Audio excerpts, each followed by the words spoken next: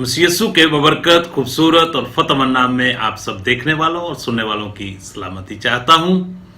मैं हूं आपका होस्ट पास्टर रोकस बरकत, गॉस्पेल चैनल यूएई से बाइबल की बातें प्रोग्राम लेकर आपकी खिदमत में हाजिर हुआ हूं। और ईमान कामल है कि आप सब लोग खुदा के फजल से सलामती के साथ है और खुदा की मुंह की बातें सुनने के लिए आप बिल्कुल तैयार हैं। अजीजों, आए कलाम मुकद्दस की तरफ तवज्जो करें। आज का जो हमारा टॉपिक है, आज का जो हमारा मौजू है वो है यरूशलेम में एक तारीखी मकाम हक्कल दमा। हक्कल दमा। मेरे साथ मिलकर बाइबल मुकद्दस जरूर खोलें। मुकद्दस मत्ती रसूल की मार्फत अंजील मुकद्दस और उसका 27 नंबर बाब है और उसकी आयतें मुबारक 3, 4 और 5। मैं चाहता हूं कि हम मिलकर इसको तलावत करें।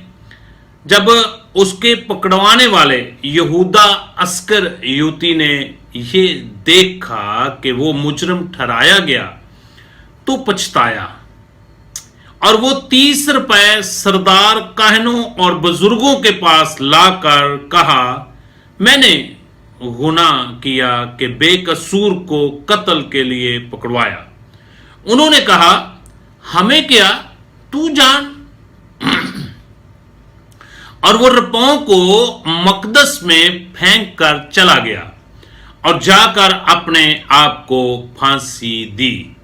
सरदार काहनों ने रुपए लेकर कहा, इनको हैकल के खजाना में डालना रवा नहीं, क्योंकि ये खून की कीमत है।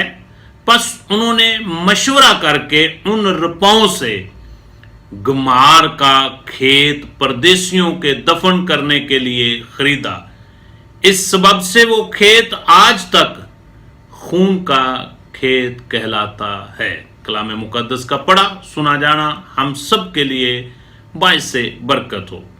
मेरे अजीजों, जब हम लफ्ज हक्कल दमा के ऊपर गौर करते हैं तो बेसिकली ये लफ्ज अरामी जबान का लफ्ज है और जिसका मतलब है खून का खेत, फील्ड ऑफ ब्लड। इब्रानी जबान में भी इस लफ्ज का जो जिक्र है वो हमें मिलता है और इस लफ्ज को हक्कल दमा ही कहा जाता है।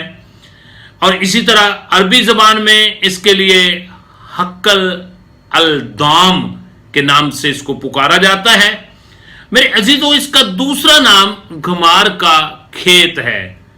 मेरे अजीजों, बाइबल मुकद्दस के मुताबिक यहूदा अस्कर युवती ने यीशु अल मसीह को पकड़वाने के लिए जो सरदार काहनों और बुजुर्गों से रकम ली थी, जब यहूदा अस्कर युवती को अपनी गलती का एहसास हुआ और वो पछताया, उसने वो रकम सरदार काहनों और बुजुर्गों को वापस करने की बड़ी कोशिश की, मगर वो रकम वापस लेने पर आमादा ना हुए।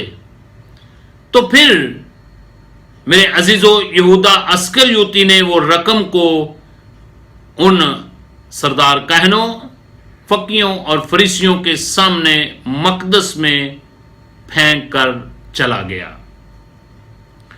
मेरे अजीजों, सरदार काहनों ने और उस वक्त के उलमा ने, जो बुजुर्ग कहलाते थे, उन्होंने उस रकम को हैकल के खजाने में डालना या इस्तेमाल करना हैकल के कामों में मुनासिब ना समझा, रवा ना समझा और उससे एक अराजी यानी एक खेत जो है वो खरीदने का फैसला किया। और वो खेत जो अराजी थी वो गमार का खेत कहलाती थी, जो उन्होंने खरीदी। मेरे अजीजों, यहां पर मैं बताना चाहता हूं कि उसको गमार का खेत क्यों कहा जाता है।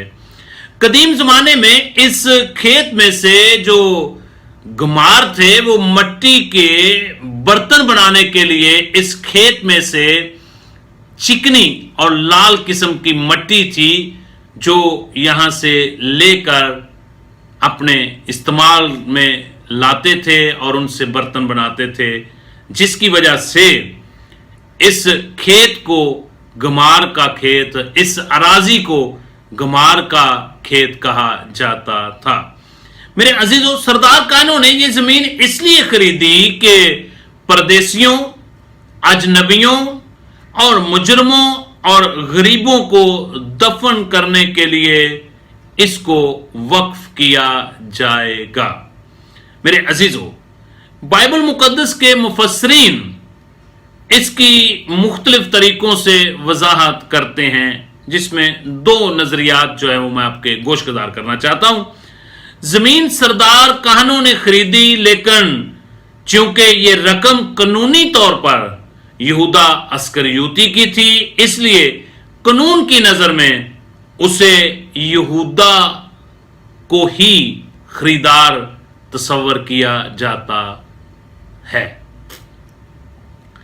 दूसरा जो बाइबल के मुफस्सरीन हैं जो नजरिया पेश करते हैं वो है, यहूदा अस्करियोती ने एक जमीन का हिस्सा खरीदने का इरादा किया था, लेकिन कीमत अभी तक अदा न की थी और सरदार काहनों ने सिर्फ उस सौदे को, उस तयशुदा खरीदारी के जो तय पाया हुआ था, उस सौदे को पाया तकमील तक पहुंचाया। एक नजरिया यह भी तस्वर किया जाता है। जब हम बाइबल मुकद्दस का मुतालिया करते हैं तो मुकद्दस मत्ती रसूल ने इसको कलमबंद किया है, जो हिस्सा मैंने आपके सामने तलावत किया है। और इसके अलावा इमाल की किताब का जब हम मुतालिया करते हैं तो इमाल की किताब में इस बात का हमें जिक्र मिलता है। मैं चाहता हूं कि इस आयत मुबारका को भी हम मिलकर तलावत करें।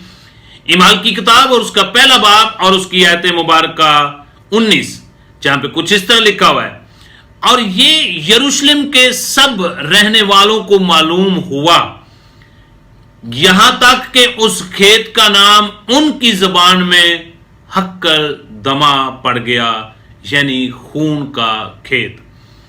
मेरे अजीजों, इसके बारे में एक नबूवती कलाम जो है वो ऑलरेडी हमारे पास मौजूद था। जब हम जकरिया नबी का सहीफा और उसका 11 बाब और उसकी आयत मुबारका 13 का मुतालिया करते हैं तो वहां पर कुछ इस तरह लिखा हुआ है, और खुदावंद ने मुझे हुक्म दिया कि उसे गमार के सामने फेंक दे, यानी इस बड़ी कीमत को जो उन्होंने मेरे लिए ठहराई, और मैंने ये 30 रुपए लेकर खुदावंद के घर में गमार के सामने फेंक दिए। फिर मेरे अजीजों, रब्बाना यीशु मसीह को पकड़वाने की ऑफर जो है यहूदा अस्करियोती ने खुद सरदार काहनों को दी थी। मैं चाहता हूं इस आयत मुबारका को भी जरूर मिलकर तलावत करें। मुकद्दस मत्ती की अंजील उसका 26 बाब और उसकी आयत मुबारका 15, जहां पे कुछ इस तरह लिखा हुआ है, अगर मैं उसे तुम्हारे हवाला कर दूं तो मुझे क्या दोगे? उन्होंने उसे 30 रुपए तोल कर दे दिए। इसी तरह जब हम मुकद्दस मत्ती रसूल की मार्फत अंजील मुकद्दस और उसका 27 बाब और उसकी आयत मुबारका 9 और 10 का मुतालिया करते हैं तो वहां पर लिखा हुआ है, उस वक्त वो नविश्ता पूरा हुआ जो यिर्मयाह नबी की मार्फत कहा गया था कि जिसकी कीमत ठहराई गई थी, उन्होंने उसकी कीमत कि वो 30 रुपए लेकर उसकी कीमत बाज बनी इसराइल ने ठहराई थी और उनको गुमार के खेत के लिए दिया, जैसा खुदा ने मुझे हुक्म दिया था। मेरे अजीजों, यहां पर हम देखते हैं कि यरूशलेम में ये एक तारीखी मकाम है जिसको हक्कल दमा के नाम से पुकारा जाता है, और ये वो मकाम है जहां पर बेवफा यहूदा अस्करियोती ने अपने खालिक को, अपने मालिक को, अपने उस्ताद को, अपने रब्बी को लालच में आकर 30 रुपयों में उसका सौदा किया और उसको पकड़वाने में दगाबाजी की। और मेरे अजीजों, लालच में आकर उसने اپنے استاد محترم کا سودا کیا، بے وفا ہو گیا، وفادار نہ رہا. لیکن میرے عزیزو، جب اس کو اپنی غلطی کا احساس ہوا، احساس ندامت اس کو ہوا، تو بہت پچھتایا اور وہ رقم واپس کرنے کی بہت اس نے کوشش کی. اور جب وہ اس کوشش میں ناکام ہو گیا تو وہ اس رقم کو جو اس نے لالچ میں آ کر لی تھی مقدس میں پھینک کر فوراً آ کر خودکشی کر لی. میرے عزیزو، یہاں پر میں آپ کی گائیڈنس، رہبری اور رہنمائی کرنا چاہتا ہوں، مگر اس نے اپنے خالق سے معافی نہیں مانگی.